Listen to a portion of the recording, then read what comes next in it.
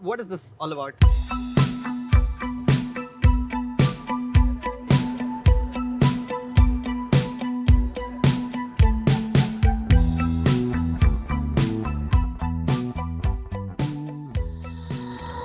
There is a platform dependency. Whatever the deficiencies they have could be a deficiency on your user experience. I'm saying the testing on no code, low code would be 5 to 10 minutes compared to traditional coding I methods. don't agree. Low code you are telling, right? It can solve only common problem. Low code, no code can get a point there, but Yeah. then So with that being said, ladies and gentlemen, no code, low code no, is I on have top. more points. I have more points. I have more points. Bring it. I'm ready. So yeah, that's one of the things. Like you want to go in the flow and do easier jobs and you want to get paid less for that, or you want to do the harder job and go get more paid for that. I know people who are running 20,000, 30,000, 1 million users on no code, and there are no scalability issues. With that being said, I Yeah. think we can come to a conclusion that no code is better. Uh, No code is okay. Let's just say no code, low code is good. Yeah, good. Good. Yeah. Yes. Yeah. Hello, ladies and gentlemen. So today we're here in an IT park in Bangalore, and as you can see by the banner, I'm here to prove that no code is better than traditional coding. Okay, interesting. Oh, this is in the perspective of Starting your own company. I don't like the position now. Okay, I thought I had more points, but then okay, fine. I'll still try to defend. Let's see. All right, ladies and gentlemen. So today I'm here with Nadeem Suraj. Nadeem Suraj. All right, Nadeem, what is your professional expertise and how many years of experience do you have? I have 2 years of experience in Android development. Android development. Yeah. All right, and in what capacity? What do you mean? What capacity? Are you a full front-end developer, or back-end? I'm like a full stack Android developer. Understood. All right, so considering that you're coming from a traditional coding background, I'm assuming you're going to try and change my mind about no code, low code. So Maybe. please present to me your argument for why traditional coding is better than no code, low code. I would say it has more flexibility. At least I can start building pieces from scratch. Okay.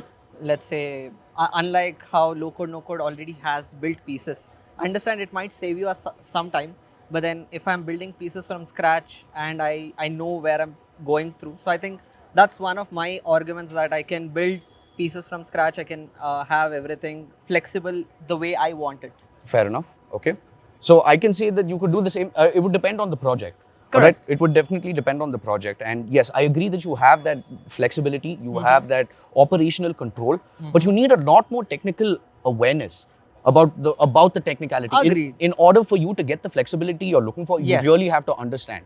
Agreed. And that kind of technicality would take you a lot more time as opposed to just relying on a no code, low code. So that would be Agree. my I account. think the ease of use, maybe low code, no code can get a point there, but Yeah. then So with that being said, ladies and gentlemen, no code, low code no, is I on have top. more points. I have more points. Bring it. I'm ready for So that. I'm ready yeah, for that's that. one of the things. And Alright. at least as much as I've seen, all the no code platforms, paisa लगता है उसमें. हाँ, There पैसा is लगता money. है. हाँ, how much do you charge for a freelance project as a full stack developer? See, I'll not disclose it, but let's say I am an entrepreneur myself, All right. Okay. and or maybe I want to build few pieces with my friends or such. I can directly do things from scratch Yep. without having to pay, because Yeah. again, there are a lot of open source platforms. I can use a lot of open source free things to build a exclusive app. Yeah. But absolutely. agar thinking of the entrepreneur perspective, I don't want to spend money everywhere I want to. I want to save money for myself. That's true. I want That's to very put true. money into places where I think they're actually useful. Yeah. But absolutely. if I'm putting into a low code, no code platform, I know it's easier for me and it has a rapid development, all of that. Yeah. But then if the app or the website which I'm trying to use is only for, let's say, not rationally used, okay, it's just for customers to come in. I have a product, let's say I sell coffees. Okay. For me, that is important. The website might be like getting me some customers, maybe ordering things.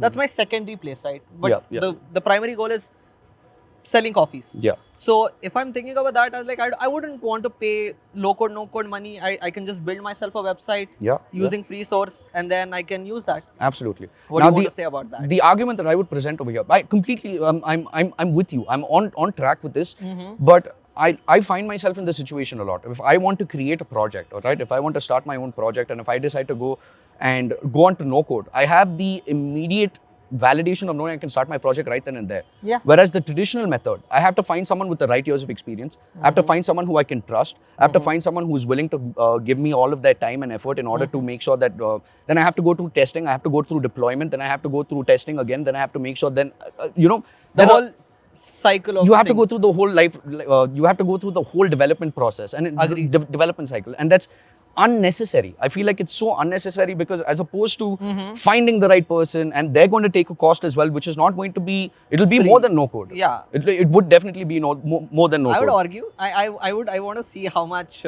they are, because I know a few low code no code which charges like crazy amounts of money. Fair. There are some which are cheap enough again. Fair. But thinking if I want to start somewhere, if free is my option, maybe if in future if we get any free low code no code platforms, sure we can get started. I think Absolutely.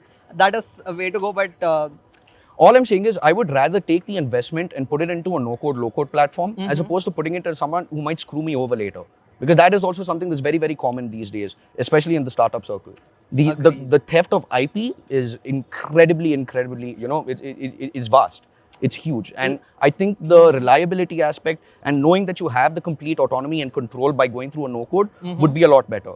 Yes, I understand where the nuances come in and I might need to make a couple of changes here and there. Yeah. But as opposed to me, an entrepreneur focusing in, I can call in a CTO, I can call in someone to overlook this and be like, hey, here's what the problem is.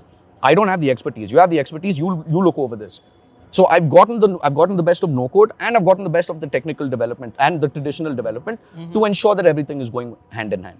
Agreed. At the same time, let's say I'll give you an hypothetical situation here. Sure. Let's say I am an entrepreneur. I'm working on something, and after a few years, I change my idea or I change something. Yeah. I want to switch on a platform, and now I'm platform logged. Yeah. Okay. Let's say I really want to move into vendor something lock-in. else. Yeah, but you're stuck because of vendor lock-in. Kind of. And Okay. if it was something open source, I still had that flexibility. I could still go somewhere. I can implement it on my website or my app. Yeah. I could still have that. But then let's say my low code, no code platform, whatever supporting, I want to move out of them. So that's going to be a bit more challenging for me. Let's say tomorrow I find a better low code, no code solution, which is paying me less, like charging me less. Yeah. So I would probably want to go there. Look at what DALL-E, look at what Midjourney, look at what AI or all of these tools were 1 year ago. Okay, if you looked at the original prompts and everything, the original pieces that came 1 year ago look like absolute crap. Right. And if you look at what Yeah, they have advanced for advanced. So now, who's to say that it's not going to be possible that 3 days from now I can take my entire no code and I can migrate it to another player? There is a chance. There's definitely There is a chance. Agreed. Okay, so we've got 3 agrees from Mr. Traditional. Okay, We've got I have one more for you. Okay, let's see. So let's take a situation.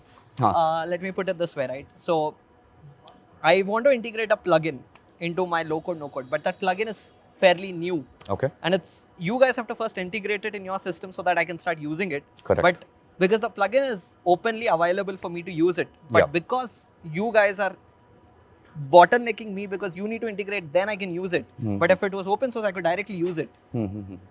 How do you want? Like, see, It comes up. No. See. now that, if I have that, to, I'll let me continue. Fair, So let's also I always have to be dependent on you so that you can integrate my favorite plugins. Maybe you have all the best plugins in the world.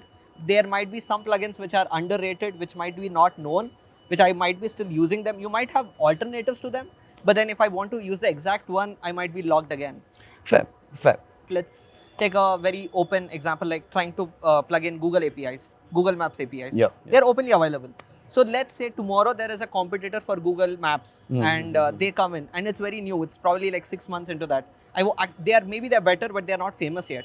But my low code, no code platform has not integrated it because they think it's still underrated and maybe they don't see the potential. But I see the potential in it as me being the customer of low code, no code. So I want to integrate that, but then because there is technically you guys are not providing it, I can't use it. Even if I like that plugin of alternate of my Google Maps.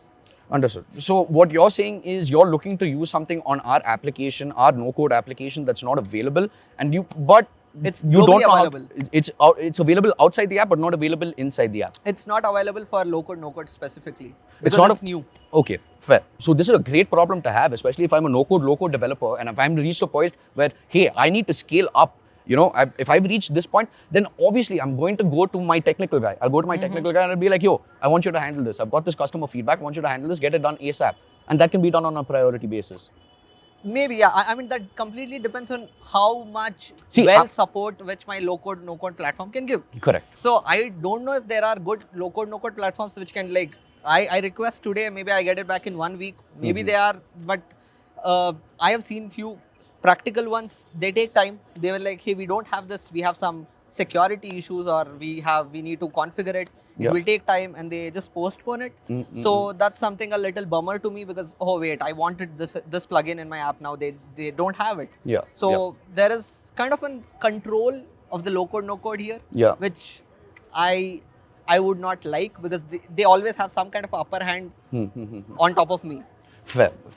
In this specific argument, what I would say is, I'm definitely going to say that yes, we'll be prioritizing it. We'll make sure it happens. But top of the funnel, we're going to make sure it's done. Point for me. Okay. Yeah. Yes. So I think I would be able to give you this point, considering that it's 2:1, best of 3. But yes, with that being said, I think we can come to a conclusion that no code is better. No code is okay. Let's just say no code, low code is good.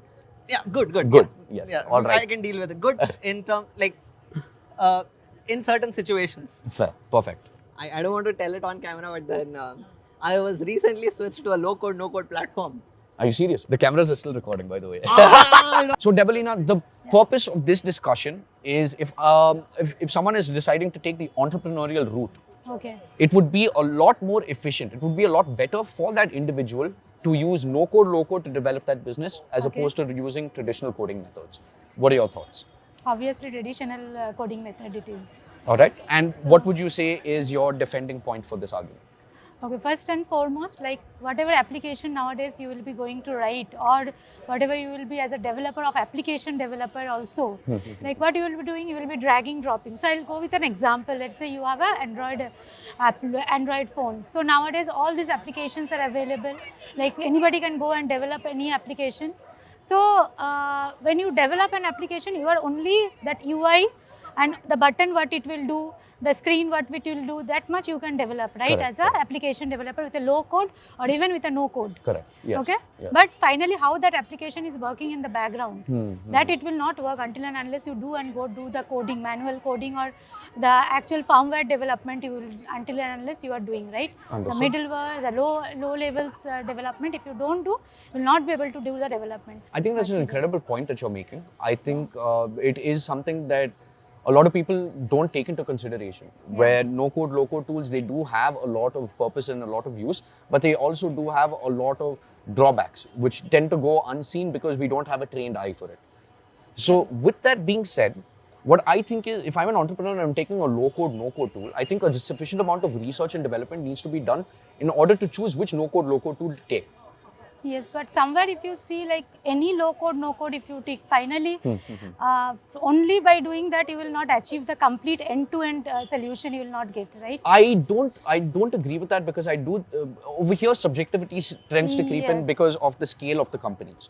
So let's say I'm thinking in the terms of a retail company. If you are more easy to do, there you will find many people to work in. But if you are going to the portion where it is hard to do, you will find lesser people, and then where your price will increase. Yes, absolutely. So that is the main factor. So now, as an individual, you have to choose whether you want to go to you want to go in the flow and do easier jobs, and you want to get paid less for that, or you want to do the harder job, more interesting job, I would say, and go get more paid for that. And Fair people enough. will be after you, not you are after them. Okay, now think of when you are telling you are taking a person where you have to pay more for the coder and you have to pay less for you can take somebody and get it done, right, for the Correct. MVP. Yeah. So now tell me, finally this MVP, like I'm talking about from a developer, like whom I will be acquiring, not as an entrepreneur I'm telling. Like I can give this task to anybody. I don't need a BTech or a MTech guy or a very good coder to do that, right? Any person nowadays, even if you see like a 12th pass guy also knows how to code and do at least these applications. So you can take any person and do that job, but here to get this job you have to find a proper person. And that's what I'm saying. Over here, this small little pool of individuals, Yeah. I feel are very picky in the kind of projects that they go for. Yes. Because if I approach them and I See, say, if hey, more people are into that, then you will get more number of. So we should actually tell more people to go for the main coding, so that there will be more people, and you don't have to search for only 1 or 2 person. Then you will get more person to look for. So then so you should encourage more, like, so people should go to coding. Rather, you will get a more pool of people to pick up from, rather than so this is small very pool of interesting. people. You're saying that people should go more into no code to realize how much is lacking from there and then to go back to their traditional methods. Yes, obviously. Understood. Not Understood. only, I'm not like, see, as a student, they will not know which one. They will think, okay, that is easy to for me and I'm getting paid in a very less time. I'll get that. But as an entrepreneur or as a person who is more experienced, right, they should always go and tell people to go for more, like learn your main coding, like the usual method of coding. Yeah. Because that will help you. Now it may be difficult for you, but in later point of view, you will be more valued than the person who is working in the other platform. Fair enough. All right. So I think there's a very healthy combination of going into no code and also making sure that you stick to your roots and start with traditional first. Understand the traditional and then Yes. move on to no Like code because you'll be able to you adapt work to it on better. no code, you should understand what is actually going in the Backend. background. Okay. Like what actually is happening. Understood. So Understood. that way it will like interest you, you'll be knowing, and if some place at point like your backend support is not working or something, you should be able to go back and at least point out to them, like this portion is not working, can you please check, like otherwise you will be clueless like where it is what is going wrong. Fair enough. All right, Debalina, this was Yeah. a very interesting and insightful conversation. Thanks. Yeah. Hello, Mr. Sandeep. Nice to meet you. Sanjeev. Nice to meet Nice you. to meet you. All right, Mr. Sanjeev. So we are presenting people with a problem statement that if you're getting into the startup space, if you're planning to become an entrepreneur in the years 2024 onwards, it would be more efficient for you to rely on no-code, low-code tools as opposed to traditional coding. What are your thoughts? It all depends upon what product you are planning. Okay. For the sake of this conversation, let's say we're planning to launch t-shirts. Okay. It's a t-shirt company. Okay. All right. So with the premise of me launching this this t-shirt company, I want an e-commerce website. Would you say that traditional is more advisable, or would you say that no code, low code is more advisable? For this specific case, yes, maybe a faster, rapid development, quick to time to Move go to to market. Yeah. So this is good.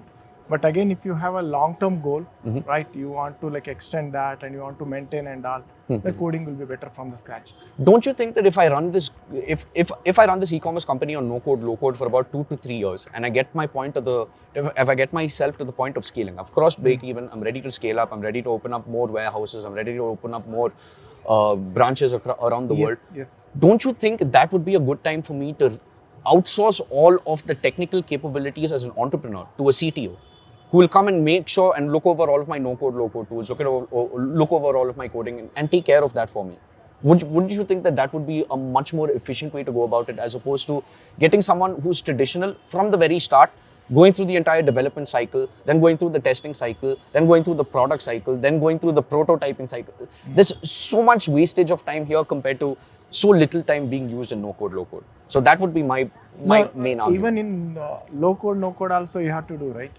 Without testing, you can't do. Correct. This is a process. Process has to be completed anyway. But I'm saying the testing on no-code, low-code would be 5 to 10 minutes compared to traditional coding methods. I don't agree. Correct. I don't agree because it has to be tested, right? Correct. So testing should be there everywhere. But that dependency I would rather have on technology than on a human being, is what I'm trying to say. Okay. Because that reliance on a they may be monopolized later because you have that vendor. Later, okay, so you if I have a technology, right? If I'm dependent on a human, Correct. tomorrow I can replace it. Correct. right? Yeah. So if they are leaving the company, right, we can again hire, we can ramp up. Yes. But yes. if I go with the dependency, complete my business dependent on the low code from a particular company, right? Then there is a huge dependency, right? I agree with that. Yeah. I can agree with that.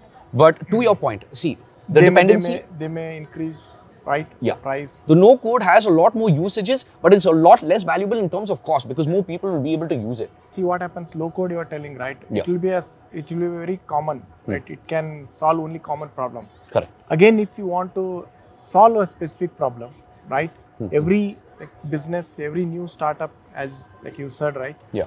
The problem will be different. Correct. Some part it will be common. Correct. It can be used by low code. Yeah. But when it comes to the real problem solution, right? Again, it will take more or less same time. Fair. Correct, right? Okay, I think we can come to a point where we require the intervention, and that would make the efficiency a lot better for no-code, low-code developers. Correct. All right, I think that we have come to a homeostasis of sorts over here. It was a pleasure having this conversation with you. Do you have any other pointers, any other things to bring? All right, we got our next guest also. Okay, could you give us an introduction? Yes. Thank you so much for having this conversation with me. I'm Madhuri. I'm a designer and a no-coder. I have around 12 years of experience, of Amazing. which 6 years of no-code experience. Amazing. So considering, now I'm assuming you're going to be on the same side of the conversation with me on this one? Absolutely. Agreed. But with caveats. Yeah, awesome. So with that being said, why don't you give us a little bit of the caveats that you're talking about? Yeah. Typical stuff you hear, no-code is great, definitely great for starting out, setting an idea, sampling, testing, doing all that. Very amazing with that. But the caveats are, you will run out of the testing phase very soon. I see. Right? So let's say you have tested the idea for 6 months. You will be like, okay, it's time to go to a scale. Or you want to kind of set an app. Like say you wanted an app on the Google Play Store or something like that. You would end up using some form of low-code tool to kind of make a wrapper and push it to the Play Store or, to do anything there. So that's where you start thinking, why can't I just, start investing more into the thing? Yeah. And that's where designers and developers have to collaborate to kind of make sure this thing works out very well. Because technical glitches are higher when you can't control things. Absolutely. Right? Because there is a platform dependency. The platforms, whatever the deficiencies they have, could be a deficiency on your user experience. Understood. Which is the caveat which I am not pro for, but you can do a lot of things creatively if you figure out ways to work around it. Incredible. You need a bit of code understanding to do anything. Anything, you have to know just enough to make sure the code is working. Understood. Right? Understood. Beyond WordPress, there are Wix, a lot of things. WordPress is very flexible. That's why people still use it. You can host it on your own, costs, all that aside. But let's keep it to the idea. Yeah. Right? Yeah. When it comes to apps, you can build apps. Yeah. Like most scalable applications that you can build. Like if your idea of scale is 1 million, then yes, the conversation is different. But if you are starting out, to get 1,000 users, typically it takes 18 months. Wow. So you can run on no code. Incredible. And I know people who are running 20,000, 30,000, 1 million users on no code. And there are no scalability issues or anything like that. Be creative and you can do that. Then you can do web apps. You can build SaaS products. So it's not entirely no code. You have to use a bit of code creatively, JavaScript or anything. And this can be outsourced, right? Like I'm thinking of from the point of view as an entrepreneur. Like I've gone to the no-code, low-code tool. I've developed the MVP using it. Now for the nuances, as long as I know that my MVP is solid, I can sort out the nuances by hiring a professional to look over it, correct? Yes. Yeah. That's one part of the agency that I run, which is one I run a design agency and one a no-code agency. People get hired by not just entrepreneurs, but we even get hired by companies like Plum, health insurance. Incredible. We worked with Framer directly on their own platform. So for those of you who didn't get that, healthcare is also making a shift into no-code. Healthcare is also using no-code and low-code tools. So if healthcare is using it, why aren't you guys? Yeah. So there are a lot of, healthcare, two sides. One could be a website, which is the tool for communicating with your future customers, current customers. Correct. Then there is internal tools that you can build with tools like Retool or, any of these. Yeah. And there are tools that have to be HIPAA compliant, which is a standard in making sure that there is privacy for the users that are using it. And they're testing MVPs with these things. You don't have to worry about, how you are getting things done. Incredible. Right? When you're starting, don't worry about all this. Incredible. Now, there is a lot of, after the conversations that I've had today, there seems to be a lot of skepticism about utilizing no code, low code, because people feel like if I'm using no code, low code, then I'm abandoning all of my roots. What would you say to this kind of skepticism? I would say it's the difference between being a builder versus being a techie. I see. Okay. Right? Because end of the day, if you are a builder, you really don't care about what you're building with. You just care Fair. about the outcomes. Fair. But if you are a techie, you do care about the stack, and I respect you for that I because see. you will give me nuances that I haven't considered. Right? But when I'm a builder, I'm like, I care about the user needs and wants. Fair. I care about monetization. I Fair. care about making sure the business works Fair. rather than, is the tech stack really useful for me at this moment? If the Incredible. idea doesn't work, I can throw it. Yeah. You yeah, can yeah. build an idea under 4 hours. You don't have to wait for somebody's approval, and you just need like $10 to $20. Incredible. Yeah. That is incredible. Now, one last thing that I want to cover with regards to no code versus traditional coding. All right. Now, what would you say to freshers who are looking to move into a BSc or looking to move into a BTech? What would you say to focus on as opposed to the traditional curriculums that they already have to offer? Yeah, so when it comes to, I've seen a lot of space. If you are going to an established tech mature startup or a company, not a startup, I would say a mature company that has received a PMF or has done product market fit, some form of it, then you are bound to know some part of code. You have to know it because you're working with existing code bases. So get ready, understand professional etiquette. How do you work with code? Writing clean code, all those things, super important. Fair. Right? But if you're going to a startup expects you to do everything. That includes problem validation. Okay. So that means that I have to ship faster to the market. Yeah. Because the faster I go to the market, that's the fuel that keeps my startup alive. So what can I focus on if I'm a fresher looking to get into product validation? What are the tools that I should focus on? I would not say look at tools, look at it from mindset perspective, experimentative mindset, builder mindset. Can I get this solution out in few hours rather than spending weeks and weeks and setting up multiple things to get things going? Absolutely. So focus on those. Amazing. Amazing. All right. So I think we're all in agreement over here that no code, low code tools would definitely be able to trump traditional coding methods. And I think the future has a huge, huge opportunity to showcase the kind of capabilities that no code, low code has to offer. Would you be willing to give our audience any ideas that could potentially work with no code, low code that you've been thinking about? Yeah, I actually wrote a guide for 60 plus ideas you can build with no code. Would you like to plug that in? Yeah, I can send that link in. Yeah, happy to. All right. So if you all want to check out the guide on 60 no-code, low-code tools that you can use and incorporate to develop your skills, then please make sure you check the description. We will be adding that over there. All right, Madhuri, thank you so much for this Thank you. conversation. Yeah. It's been amazing. No-code, low-code still stands on top. Can we shake on that? Absolutely. Yes. Amen. Hallelujah. Thanks. All right. Thank you. Thank you. So there you have it, ladies and gentlemen. That's it for today. That is the end of our first discussion of no code versus traditional coding methods. If you have any more questions, please make sure to leave them in the comment section below and follow Builder Central for more such content.